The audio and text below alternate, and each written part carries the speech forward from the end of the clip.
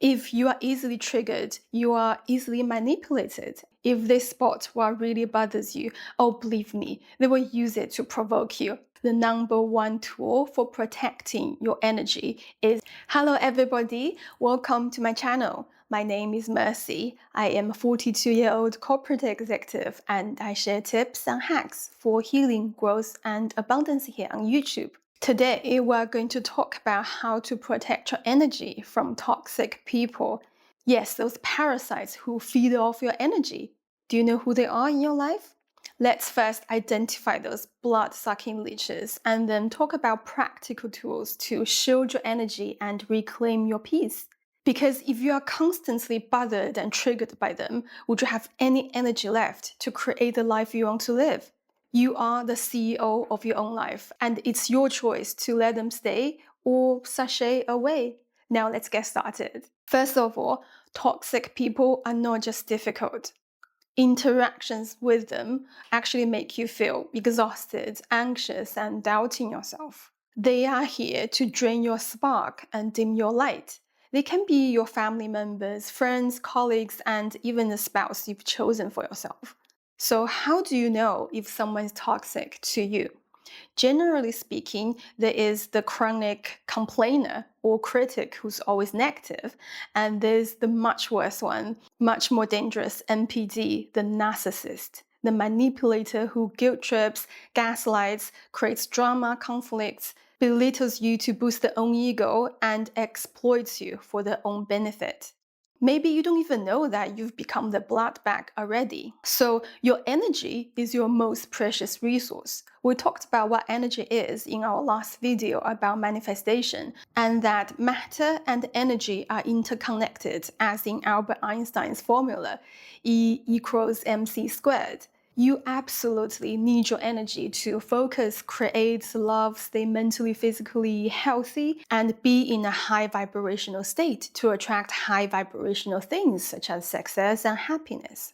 But if it's constantly drained by toxicity, you'll feel exhausted, confused, ashamed, depressed, angry, and all of those negative emotions will keep you in a low vibrational state. So you attract more low vibrational things into your life. Please ask yourself, who leaves you feeling drained or on edge? Who often criticizes or demeans you? Who makes you feel disrespected or doubt yourself? Who undermines your achievements or knocks down your confidence? Whoever dims your light is without a doubt a toxic person in your life. You know that sometimes when you talk about your plans for starting something new to someone you trust, instead of encouragement, they immediately start to give you negative feedback with unsolicited advice, as if you were absolutely unaware of any potential hazards or chance for failure. Like, oh, someone I know did this and lost all the money, you should be careful. Or, but you don't have a degree in this field, how can you compete with others? What's your advantage here? Is it too late already? Are you too old for this? We all have so many limiting thoughts and negative self-talks inside our head already. Why do you need to hear all of those again from someone else? You don't. They make you lose confidence and motivation in your plans. And do you know why they do this? Sometimes it's projection. They are projecting their own insecurities because they don't think they can succeed themselves. In psychology, projection is a defense mechanism, a way for people to avoid facing their own issues by seeing them in others. If someone feels insecure about their own abilities, they may accuse others of being incompetent. If someone often feels jealous of others, they would accuse others of being jealous of them. If someone cheats in a relationship, they will accuse their partner of cheating. But projection often happens unconsciously, so the person might not even realize they are doing it. And I would say that if you sense this person is projecting their own insecurity by giving you negative feedback, they are not as toxic as people who have other reasons for doing it, who intentionally do it as a way to feel superior or feel they have power over you. They can control you, control how you feel, and control what you do. Quite often, those people have narcissistic personality disorder or traits because it's a spectrum. But for the sake of efficiency in this video, let's refer to it as NPD. They generally have an inflated sense of self-importance, a deep need for excessive attention and constant validation, and a lack of empathy for others. They hate being ignored and are awfully sensitive to criticism and react with rage and shame. Right, of all met people like this, it's estimated that 1 to 6% of the general population have NPD. And of course, some cultures and societies breed more of those than others. So for those toxic people with NPD, every response and every second of your attention is a potential feast. They manipulate by provoking, guilt-tripping, and performing, putting on an act, to get a reaction from you. Every sigh, every defense, every drop of outrage or sympathy you offer is a delicious meal for their starving egos because they're empty inside. NPDs are empty inside. They don't have an authentic sense of self and need to constantly pump others' energy into their endless black holes. If this spot really bothers you, believe me, they will use it to provoke you. And sadly for us, they are innately skilled at detecting what bothers other people. And very likely they would exploit those triggers to evoke emotional reactions. That's their nature. They use your discomfort to undermine your confidence, to control the situation, and to gain power over you. That makes them feel alive. They're parasites. So the question for you is, do you get triggered, give your power away, or do you become aware of what they're doing and protect your energy from them? If you are easily triggered, you are easily manipulated, and you become the juicy blood bag those NPDs can't take their hands off. Now let's get practical. The number one tool for protecting your energy is setting boundaries. Do you know what your boundaries are? Do you know what behaviors you will and will not accept? Do you know how to say no? If you grew up with parents who constantly disrespected your boundaries, like going through your personal stuff, not allowing you to lock your room, walking to a bathroom while you were in, or if you were abused physically or emotionally, when you become an adult, you might not know what boundaries are and can easily invite people to cross your boundaries. Here's a simple way of identifying your boundaries. If someone says or does something that makes you uncomfortable, you might not know exactly how you feel, but you feel uncomfortable. They've crossed your boundary. You can also learn about what healthy boundaries look like through therapy and education, self-education with books, videos, and practice. Clear boundaries are essential for maintaining respect, safety, and emotional health. You must know how to set boundaries if you want to protect yourself. And if you start to dread those calls and messages from someone who just complains or asks you for advice but never takes them, it's time to limit those interactions. You don't have to be rude or confrontational. You can just say, listen, I can't talk right now, or I better get on with my work. I know it's not always possible to cut someone completely out of your life. They can be a colleague or family member, but you can control how much time and effort you spend with them and in what context. You can't change others, but you can limit your exposure. If someone consistently drains you, it's okay to distance yourself, even if they're family. And a very effective way to reclaim your power and shield yourself from toxic people you can't physically get away from is to detach, to be emotionally non-reactive.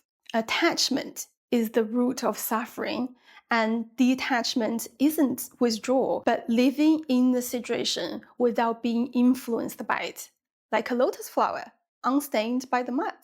When the parasites try to provoke you, you respond with calm, neutral answers.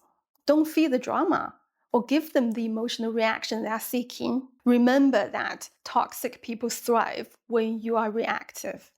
Pause, breathe, and ask yourself, is this worth my energy? Bring your attention back to what you want to achieve and your own well-being. Starve the drama and feed your own energy. Be an unbothered queen or king.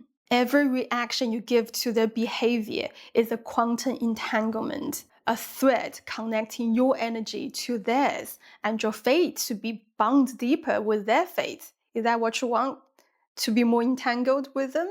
If you are provoked and want to retaliate, you would actually reinforce the energetic tie. Just go silent, cut conversation short, refuse to explain, justify, or defend. Give them nothing.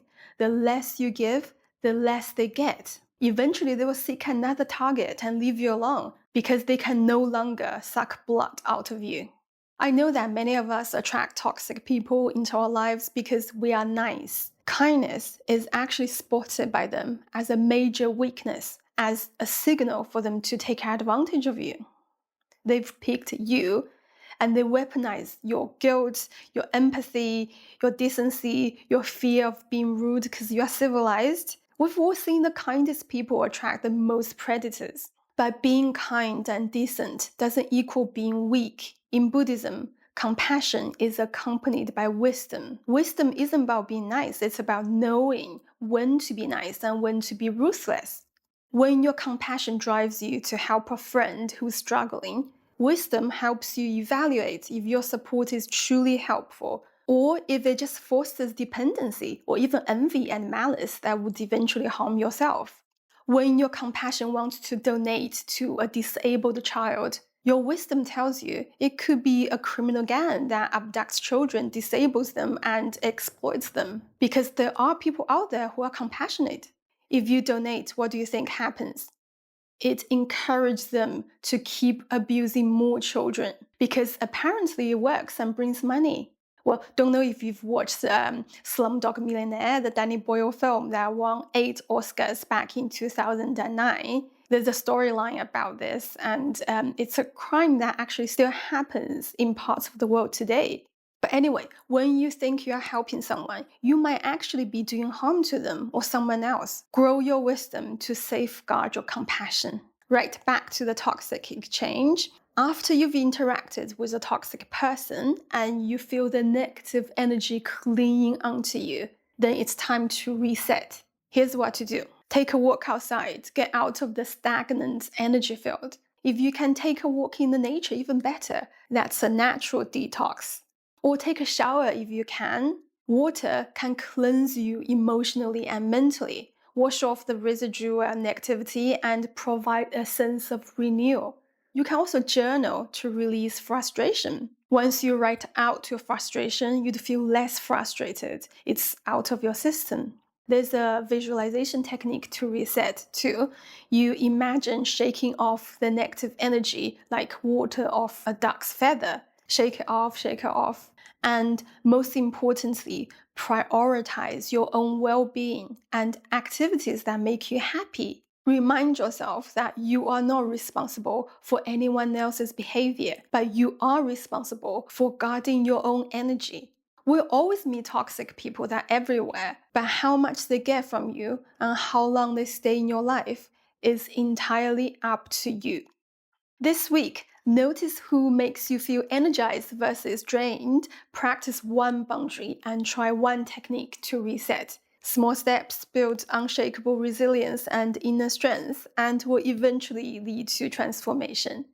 Thank you for watching today's video. If you find it useful, please like it or comment below. It really helps the algorithm to push it to someone out there who might need it. Thank you again for watching, and until next time, bye!